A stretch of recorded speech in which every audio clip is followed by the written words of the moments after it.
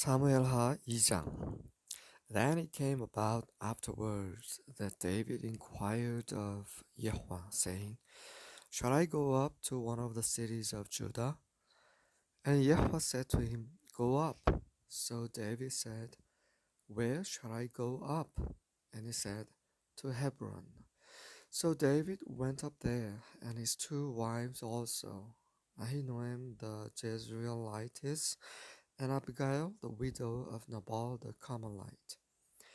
And David brought up his men who were with him, each with his household, and they lived in the cities of Hebron. Then the men of Judah came, and they anointed David king over the house of Judah. And they told David, saying, It was the men of Jabesh Gilead who buried Saul. David sent messengers to the men of Jabesh Gilead, and said to them, May you be blessed of Yahweh, because you have shown this kindness to Saul your Lord, and have buried him. Now may Yahweh show loving kindness and truth to you, and I also will show this goodness to you, because you have done this thing.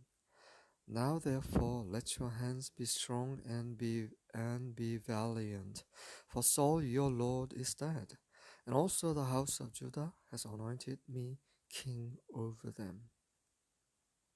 But Abner the son of Ner, commander of Saul's army, had taken Ishbosheth the son of Saul, and brought him over to Mahanaim.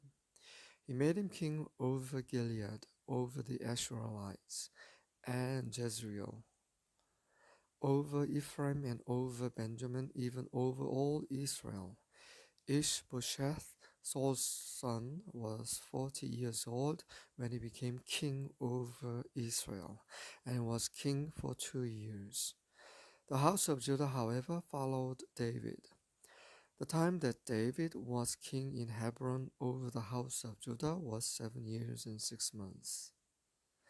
Now Abner the son of Ner went out from Mahanaim to Gibeon with the servants of Ishbosheth the son of Saul. And Joab the son of Zeruiah and the servants of David went out and met them by the pool of Gibeon. And they sat down, one on the one side of the pool, and the other on the other side of the pool. Then Abner said to Joab, Now let the young men arise and hold a contest before us. And Joab said, Let them arise. So they arose and went over by count, 12 for Benjamin, and Ishbosheth the son of Saul, and 2 of the servants of David. Each one of them seized his opponent by the head, and thrust his sword in his opponent's side. So they fell down together. Therefore that place was called Helkath Hazurim, which is in Gibeon.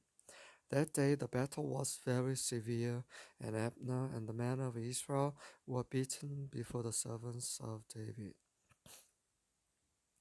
Now the three sons of Zeruiah were there, Joab and Abishai and Asahel.